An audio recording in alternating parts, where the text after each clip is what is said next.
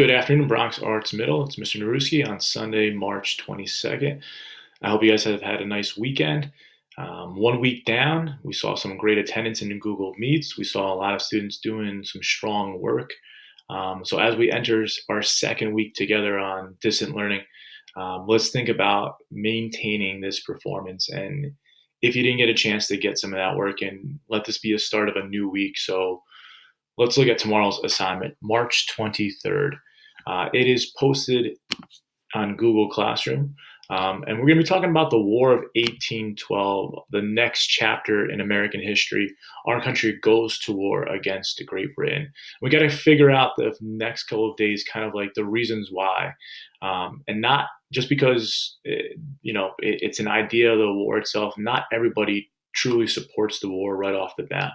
So today's task on Monday, March 23rd, is to figure out who is for the war and who's against the war. If you click on the assignment, you're going to see the two words right up the top. It says pro-war or anti-war. Pro means that you're for it. You're for the war. Pro-war, you're for the war. And anti means against. Anti-war, you're against the war. You don't want to see that happen for the United States. There are two tasks for Monday, and when there's more than one task, you got to make sure that you finish all parts before you hit that turn in button. A lot of people complete one part and then forget to complete the second part.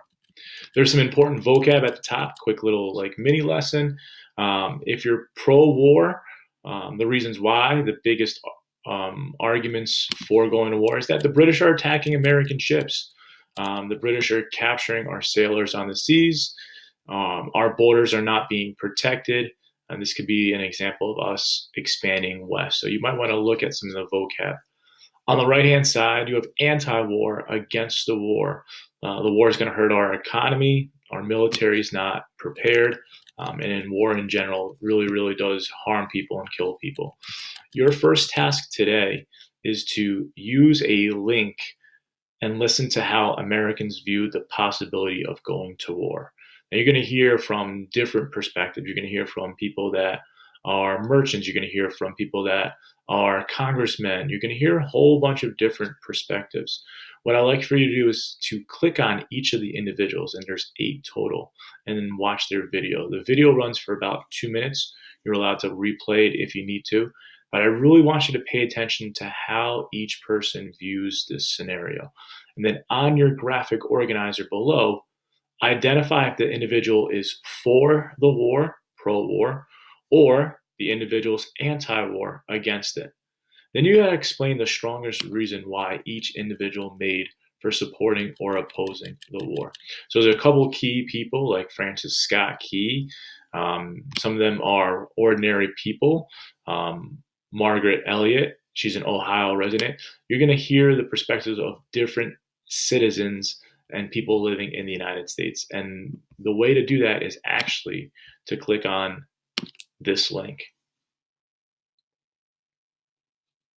You're going to see a couple of different people, and for each of them, you need to actually click on them and listen to what they're saying and figure out if they're for war, pro-war, or anti-war, they're against war, and then what is their strongest reason for that. We're going to model the first one with Francis Scott Key. He's a lawyer from Maryland. Here's what he has to say. My name is Francis Scott Key. I have a large estate in central Maryland and a nice home and law practice in Georgetown, just outside of Washington, D.C. I am a Democratic Republican like my friend John Randolph of Virginia. Our president and our party support a declaration of war, but I oppose it. So right off the bat, he's opposing it, means that he's anti-war. So in the space provided, I'll write the word anti-war. Francis Scott Key is my first individual, anti-war. Now I got to find out what's his strongest reason why. I oppose war with Great Britain on the religious principle that human life is sacred. Sometimes war may be necessary. I agree that we had to fight to win our independence years ago during the Revolution. But most wars have been the scourge of mankind throughout history. They bring nothing but death, suffering, and destruction. I love my country, and I despise what the British are doing in seizing our ships and sailors. And many of my friends are ready to enlist and fight. There is talk of invading and conquering the British colonies of Canada. This is wrong. I shall not fight the poor, unoffending Canadians. Although a British colony, they are not responsible for the wrongdoings of the British government. To declare war to conquer Canada at this time is an unjust cause. I worry that party politics are too involved in this ramp up to war, and that if we could just step back, calmer heads might find a way to peacefully resolve our differences. Both political parties, the Federalists and the Democratic Republicans, are too busy fighting each other, dividing America for their own political gain. We need to unify ourselves as a people first. Fighting a war against the British over trade and honor seems like madness to me. Is not life itself more valuable than money and honor? I have a strange feeling of dread that a declaration of war will bring disaster on these United States. What will become of our lands, our homes, and our freedom if exposed to the havoc and desolation of war? So when I would go back to this, the strongest reason that he states is that war is wrong. It brings nothing but death, suffering, and destruction. You could either use a strong piece of evidence, or you could summarize the gist of his or her strongest reason that person takes. There are 8 individuals that you have to identify. Some of them are famous people. Other ones will be common, ordinary Americans along the way. You're going to hear what James Madison, our president, has to say. You're going to hear about different people in different parts of the country. So your first task is to really pay attention to each of those people. And in order to do so, please click on that link, watch their video.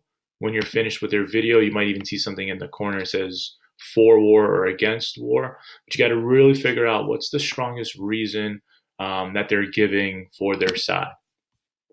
When task 1 is finished, if you continue to scroll down, you're going to see task number 2, and that's to read and annotate your primary sources. There are 2 primary sources that I'd like you to try to identify and read through.